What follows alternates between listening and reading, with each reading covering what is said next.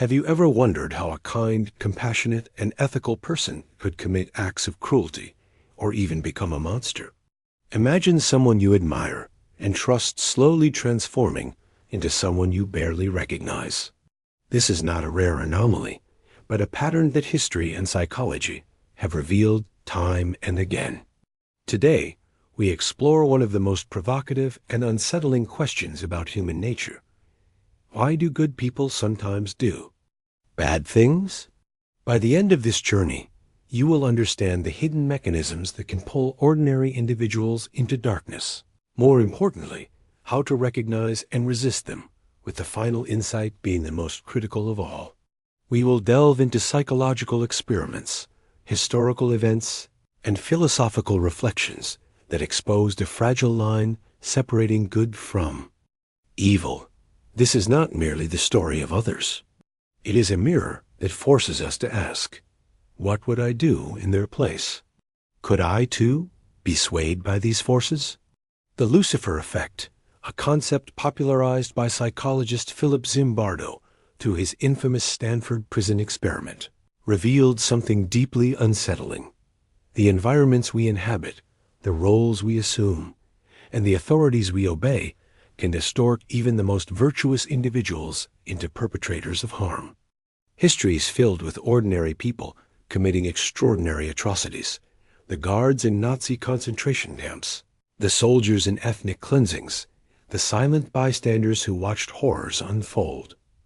These individuals were not born evil. They were, in many cases, regular people swept into circumstances that unleashed the darkest parts of human nature. This phenomenon can be traced to a complex interplay of psychological and social forces that shape human behavior.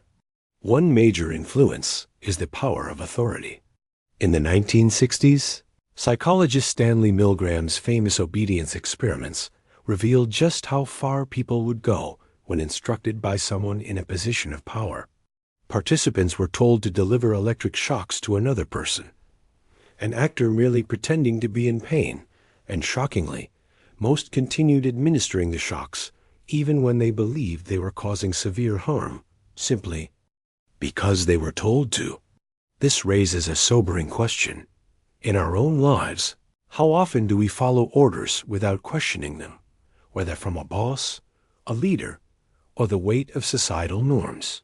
And what would we do if someone in authority asked us to compromise our morals for the greater good? Another critical factor is dehumanization, the act of stripping others of their humanity by labeling them as the enemy, subhuman, or somehow less than. This makes it far easier to justify cruelty, a tactic repeatedly used in propaganda, warfare, and even everyday disputes. It's much simpler to harm someone when you no longer see them as a person. Our current social and political discourse often reduces groups to mere labels or stereotypes, eroding empathy and reinforcing an us versus them mentality. But dehumanization is only part of the puzzle. Social roles and group dynamics also exert a powerful influence. Philip Zimbardo's Stanford prison experiment is a chilling example. College students, randomly assigned to act as guards or prisoners in a simulated prison, began to embrace their roles so intensely that within days, guards displayed abusive and authoritarian behavior. The experiment demonstrated just how quickly ordinary people can adopt harmful behaviors when shaped by environment, role expectations, and group pressures. The prisoners displayed signs of extreme stress and submission, and what was most alarming was how quickly the participants abandoned their individuality to conform to the roles assigned to them. This raises a pressing question. How much of who we are is truly our own, and how much is shaped by the roles society imposes on us? Are we genuinely free to act as individuals? Or are we unconsciously playing parts dictated by the systems around us? The forces of authority, dehumanization, and group dynamics are not abstract concepts. They operate in our daily lives, influencing the way we think, act, and perceive others. We see them in workplaces, schools, social media, and even within our own families. Recognizing these forces is the first step toward resisting them. But where is the tipping point, the moment when a good person crosses the line? Often it is subtle, beginning with small compromises. A decision to stay silent when witnessing injustice, an agreement to follow along just this once. Over time, these choices accumulate, creating a slippery slope that can lead to profound moral failure. Think for a moment, have you ever acted against your own values because it felt easier or safer? What were the consequences? As we continue, we will examine how to recognize these moments before they spiral out of control, and more importantly, how to build resilience against such psychological pressures. But before that, we must confront a deeper question. Are some people truly immune to the Lucifer effect? Or is it a danger we all face? What follows will challenge everything you think you know about yourself and human nature. The uncomfortable truth is that none of us are entirely immune to moral corruption. Psychologists have long debated the role of personality in resisting such collapse, noting that traits like strong empathy, self-awareness, and moral courage can offer some protection. Yet, under the right, or rather, the wrong circumstances, anyone can fall prey to these forces. Within each of us lies the potential for both great good and unspeakable harm, a duality explored in literature, religion, and philosophy. Carl Jung, the renowned Swiss psychiatrist, described this as the shadow aspect of the psyche, the darker, often repressed parts of ourselves that we hesitate to acknowledge. Jung believed that true self-understanding requires confronting and integrating this shadow into our conscious awareness. You may have felt it before, a sudden surge of anger or envy that startled you, or words and actions spoken in the heat of the moment that you deeply regretted later. These are glimpses of the shadow at work. Left unchecked, it can grow and manifest in ways consistent with what's known as the Lucifer Effect, the process by which ordinary people commit extraordinary harm. The hopeful truth, however, is that awareness remains our strongest defense. By recognizing the psychological mechanisms that pave the way to moral collapse, we give ourselves the power to resist. One of the most insidious of these is moral disengagement, a concept introduced by psychologist Albert Bandura, which explains how individuals rationalize harmful behavior to avoid guilt or remorse, convincing themselves, for instance, that everyone else is doing it, or that the ends justify the means. Rationalizations create a psychological distance between individuals and their actions, making it easier to justify wrongdoing. This can be seen in everyday scenarios. A student might cheat on an exam, convincing themselves it's only a one-time lapse, or a manager might treat employees unfairly under the belief that it's necessary to meet company goals. In such moments, moral disengagement allows people to act in ways that contradict their own values. The antidote, as some psychologists suggest, is moral vigilance, the practice of actively questioning our actions and their consequences, even when it's uncomfortable, and asking ourselves, am I justifying something I know is wrong? Another powerful counterforce is empathy. When we truly see others as complex, feeling individuals, people with hopes, fears, and dreams, it becomes far harder to harm them. This is why storytelling, art, and genuine human connection are so vital. They remind us of our shared humanity and dissolve the barriers that divide us. On a societal level, addressing the systems and structures that perpetuate harm, what psychologist Philip Zimbardo calls the Lucifer Effect, requires strong ethical leadership and collective responsibility. History shows that charismatic leaders can either uplift or corrupt entire societies. Adolf Hitler, for example, manipulated fear and prejudice to justify atrocities, while leaders like Mahatma Gandhi and Martin Luther King Jr. used their influence to inspire positive change and resist injustice. This leads to a pivotal question. What kind of leader will we choose to follow? And what kind of influence will we have on those around us? Even without formal authority, each of us holds influence within our families, communities, and workplaces.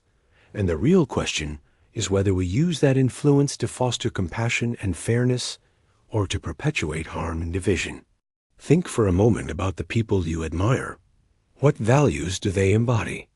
And just as importantly, what example are you setting for those who look up to you? Authority, moral disengagement, dehumanization, and leadership all shape human behavior, and they reveal a truth that's both sobering and empowering. The struggle between good and evil is not only a battle in the world around us, but also a daily internal one. While circumstances can tempt people toward cruelty, they can just as easily inspire acts of kindness, courage, and integrity. The very forces that create harm can also create heroes. The challenge, then, is learning how to remain firmly on the path of good, resisting the pull of what psychologists call the Lucifer Effect. In the pages ahead, we'll explore practical strategies for recognizing and countering these forces, methods tested by psychologists, spiritual leaders, and everyday individuals who have faced extraordinary trials. But awareness alone is not enough. Knowing the mechanisms at play is only the first step. Real change requires actionable strategies, beginning with one of the most vital qualities of all: moral courage, the strength to act ethically, even when it is difficult or risky. Moral courage means standing up for what is right, even when faced with fear, opposition, or personal loss. It is the force that compels someone to speak out against injustice, protect the vulnerable, or admit a mistake when staying silent would be far easier. This quality is not innate. It is cultivated through intentional practice and self-reflection. History offers powerful examples: Rosa Parks refusing to give up her seat, igniting the civil rights movement, or whistleblowers exposing corruption at great personal cost. These individuals were not fearless. They acted in spite of their fear. To develop moral courage in your own life, begin by identifying your core values principles, such as honesty, compassion, fairness, or accountability. Reflect on past moments of moral dilemma. Did your actions align with your values, or did you compromise them? A useful exercise is to imagine yourself in challenging situations, witnessing workplace bullying or being pressured to follow an unethical order, and mentally rehearse your response. This strengthens your ability to act decisively when real moments arise. Building strong relationships with people who share your values also helps. A supportive and principled community provides accountability, encouragement, and resilience against negative influences. However, when faced with systems or environments designed to erode integrity, situational awareness becomes essential. The ability to recognize the pressures and forces at play before they silently shape your choices. The subtle cues and dynamics that shape human behavior often go unnoticed, yet they influence us profoundly. Group norms, what is deemed acceptable or expected in a particular setting, can quietly dictate our actions. If you observe patterns of exclusion, it's worth asking yourself, is this truly right? Or have I accepted it simply because everyone else has? Small actions can be surprisingly powerful in creating change. While systemic problems may seem overwhelming, even small acts of resistance can have a ripple effect, inspiring others to act with integrity. In the workplace, for example, speaking up against unethical practices may feel risky, but it can embolden others to voice their concerns.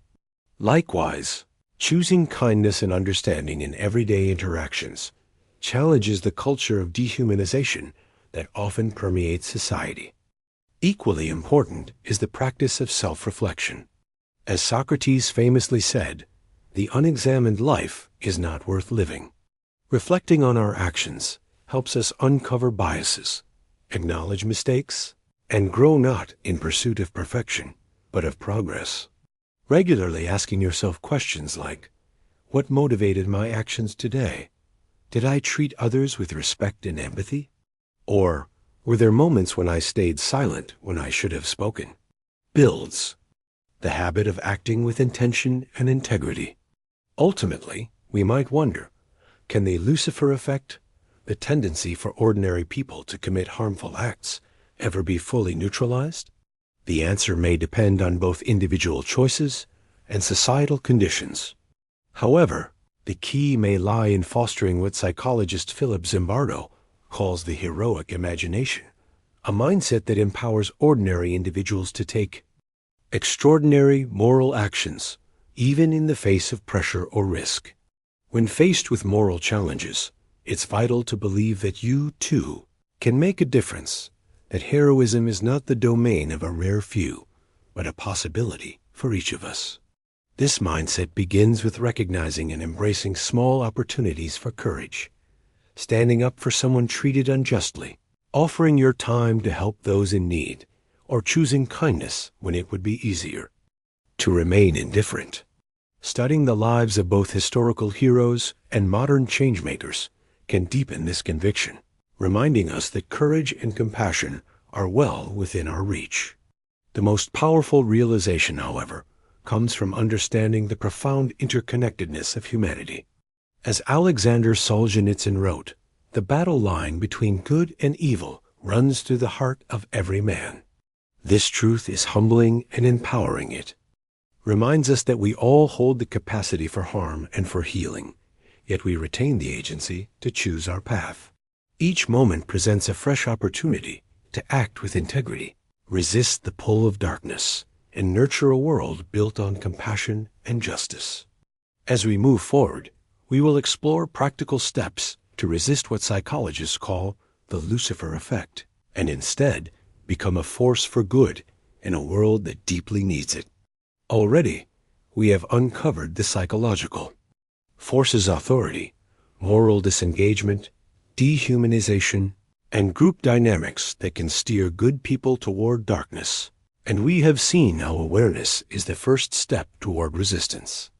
Moral courage, empathy, and self-reflection act as powerful defenses against the forces that erode integrity and compassion. Starting today, you can take steps not just to build resilience, but to become a source of light in challenging circumstances. The first step is to recognize your influence. No matter how small your role may seem, you have the power to shape the environment around you.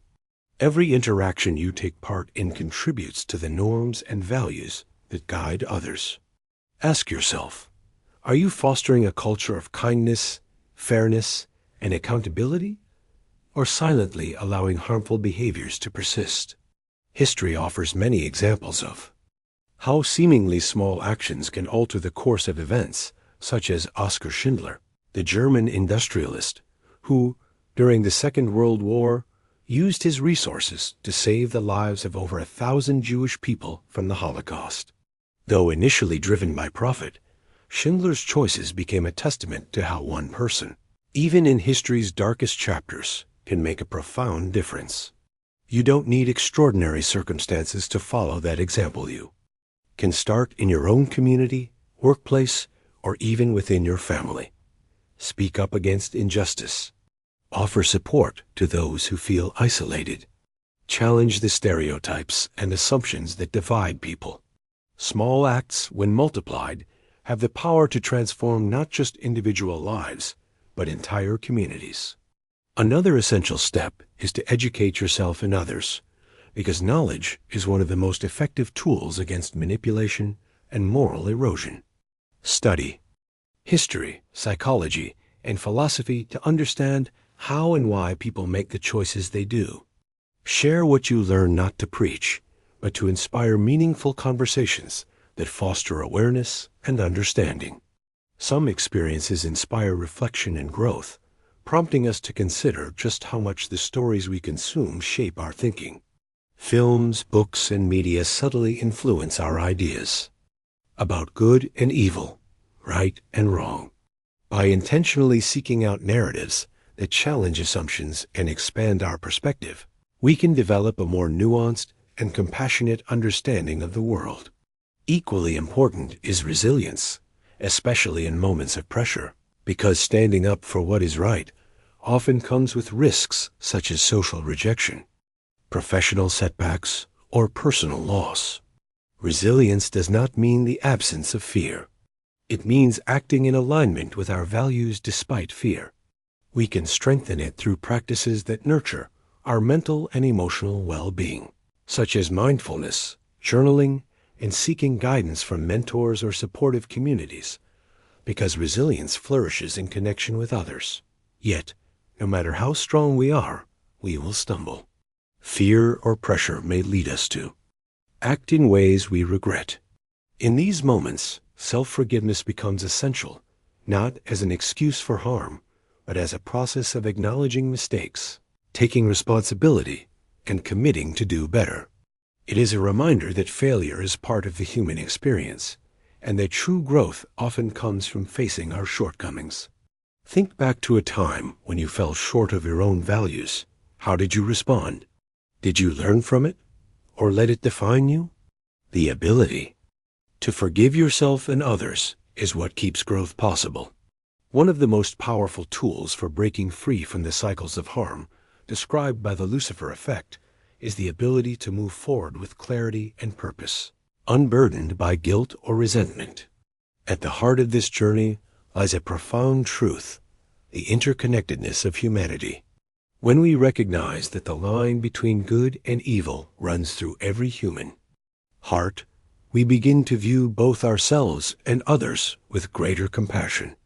This awareness does not excuse harmful behavior, but it allows us to approach the world with empathy and a commitment to healing rather than judgment.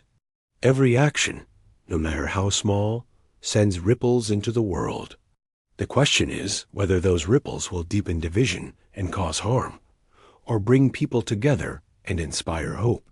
Imagine a world where each person takes responsibility for their own choices, resists the forces that dehumanize and divide, and works to cultivate environments that nurture compassion and integrity. This is not an impossible dream. It can be built, one decision at a time. As we conclude this reflection, consider how you will apply what you've learned. How will you recognize and resist the influences that pull you away from your values? How will you contribute to a world where goodness prevails over darkness? The answers may not be simple, but they are worth seeking, because the battle between good and evil is not waged on distant battlefields or within abstract theories. It is fought within each of us, every single day. The next time you face a moral choice, remember, you have the power to choose, the power to resist, and the power to be a force for good in a world that urgently needs it.